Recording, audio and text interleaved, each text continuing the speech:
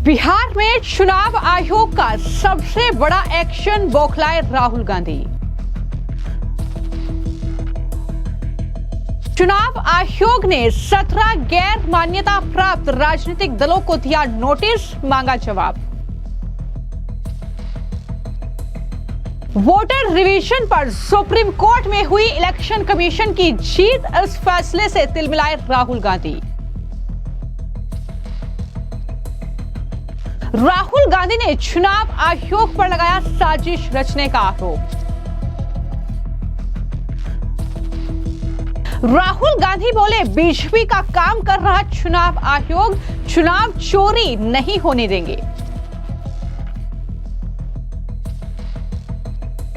तो बिहार में चुनाव से पहले राजनीतिक बवाल छिड़ चुका है इलेक्शन कमीशन के फैसले को लेकर, लेकिन एक बार फिर से इलेक्शन कमीशन ने वहां पर कई राजनीतिक दलों को जोरदार झटका दिया है। दरअसल इलेक्शन कमीशन ने 17 गैर मान्यता प्राप्त राजनीतिक दलों को नोटिस थमा दिया है, उनसे जवाब मांगा गया है। ये वो राजनीतिक दल हैं जो कि 2019 के बाद सक्रिय नजर नहीं आए हैं, अब उनसे जवाब मांगा गया है। और जैसे ही चुनाव आयोग ने ये नोटिस थमाया इन राजनीतिक दलों को, तो राहुल गांधी एक बार फिर से बौखलाए हैं। दरअसल राहुल गांधी की बौखलाहट सुप्रीम कोर्ट के फैसले पर भी निकल रही है। जिस तरीके से सुप्रीम कोर्ट ने चुनाव आयोग के वोटर रिवीजन के फैसले को सही ठहराया है और उस पर रोक लगाने से इनकार कर दिया है, इलेक्शन कमीशन का वोटर रिवीजन का जो निर्णय है वो सही है, वो जारी रहेगा, ये साफ तौर पर सुप्रीम कोर्ट ने माना है। और इस पर अब राहुल गांधी बौखलाए हैं। राहुल गांधी ने चुनाव आयोग के साथ साथ बीजेपी पर भी गंभीर आरोप लगाए हैं। राहुल गांधी ने कहा कि चुनाव आयोग बीजेपी का काम कर रहा है, बीजेपी महाराष्ट्र की तरह अब बिहार में चुनाव को चोरी करने की साजिश कर रही है, लेकिन हम ऐसा नहीं होने देंगे। बता दें कि राहुल गांधी ने भुवनेश्वर में कांग्रेस के संविधान बचाओ समावेश कार्यक्रम में हिस्सा लिया और वहां पर चुनाव आयोग के साथ बीजेपी पर बड़ा हमला बोला। राहुल गांधी ने कहा कि बीजेपी संविधान के साथ खिलवाड़ कर रही है।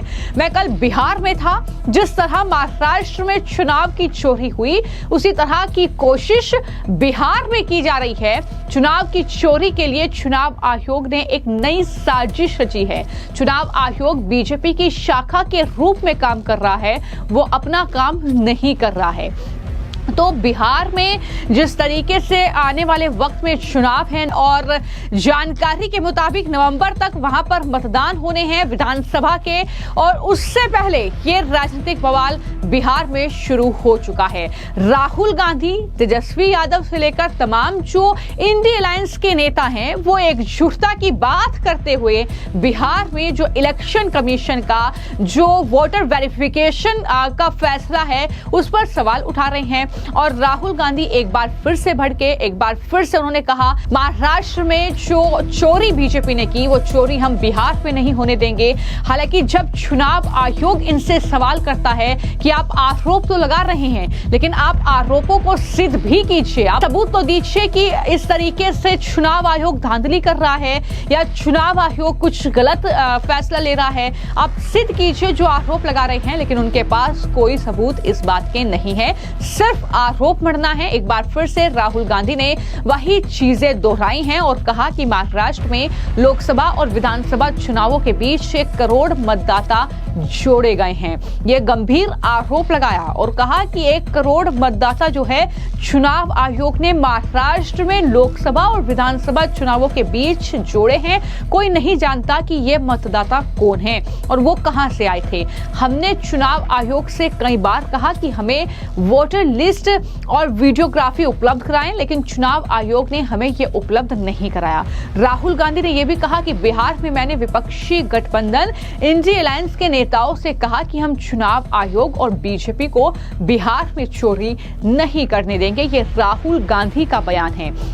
तो राहुल गांधी एक बार फिर से जनता के बीच वही भ्रम फैला रहे हैं। एक बार फिर से ऐसा लगता है कि चुनाव अभी हुआ नहीं है, चुनाव अभी करीब भी नहीं आया है, लेकिन उससे पहले ही इंडिया अलायंस हार मान चुका है। इस तरीके से चुनाव में चोरी का आरोप पहले से ही बीजेपी पर मरना शुरू कर दिया है। इस तरीके से महाराष्ट्र में धांधली के आरोप लगाए जा रहे हैं, लेकिन इस पर अब बीजेपी के प्रवक्ता गौरव वल्लभ ने राहुल गांधी को जवाब दिया है और राहुल गांधी के साथ साथ तेजस्वी यादव पर हमला बोला और कहा कि बिहार के लोगों का मताधिकार बांग्लादेशी घुसपैठियों को यह विपक्ष देना चाहता है।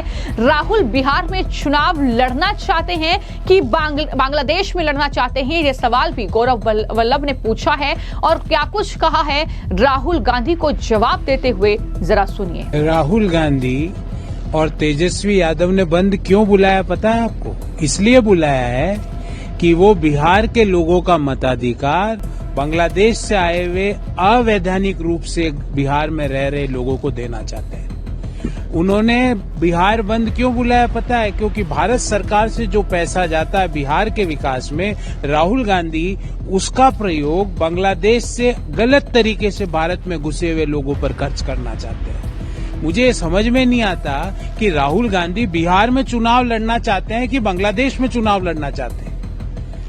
राहुल गांधी और तेजस्वी यादव क्यों बिहार के लोगों का हक गलत तरीके से बिहार में घुसे हुए बांग्लादेशियों को देना चाहते हैं? देश और बिहार ये जानना चाहता है। और राहुल गांधी जी, जिस संविधान की किताब को आप लेके घूमते हो, उस संविधान के अंतर्गत इलेक्शन कमीशन को ये पावर दी गई है कि वो इस तरह की SIR जो प्रक्रिया चल रही है उसको लागू कर सके। पर समस्या आपको एक है कि आप बिहार के लोगों का हक बांग्लादेश के लोगों के हवाले करना चाहते हो, पता नहीं क्यों। आपकी क्या मजबूरी है? आपका बांग्लादेश के लोगों से क्या रिश्ता है? मेरे समझ से परे है।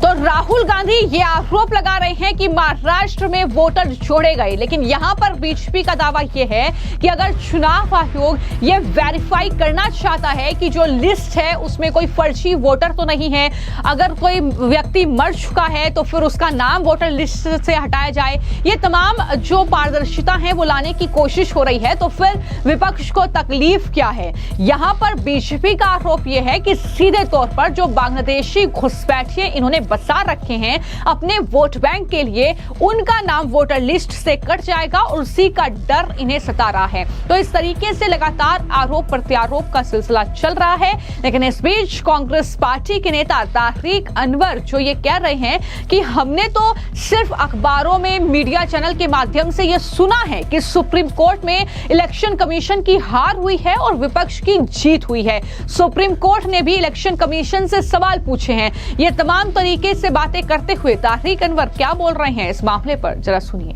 देखिए, जो हमने पढ़ा है और जो अखबारों में भी जो खबरें आई हैं, इलेक्ट्रॉनिक मीडिया में भी काफ़ी हद तक इसको आया है, सोशल मीडिया पे आया है, तो उससे तो जाहिर होता है कि चुनाव आयोग को सेटबैक हुआ है, क्योंकि चुनाव आयोग को ये सुझाव देना ही अपने आप में सर्वोच्च न्यायालय के लिए बड़ी बात है कि जो क्राइटेरिया बनाया गया था या जो दस्तावेज की लिस्ट बनाई गई थी उसमें आधार कार्ड को शामिल करना और राशन कार्ड को शामिल करना और इलेक्शन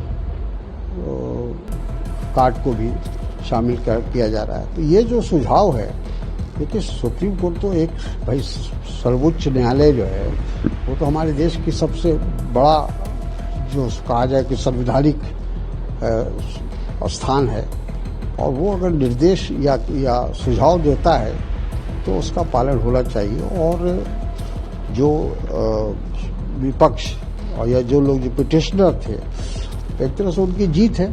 उनका यही कहना था कि जो जिस तरह का जो क्राइटेरिया फिक्स किया गया वो गलत है।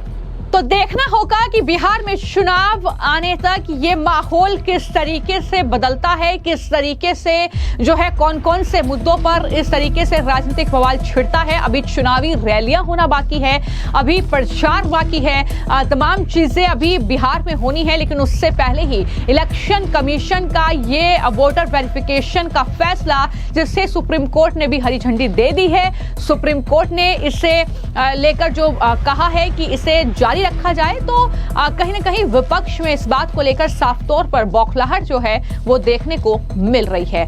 फिलहाल आपकी इस पूरे मामले को लेकर क्या राय है, हमें कमेंट बॉक्स में जरूर लिखें। धन्यवाद।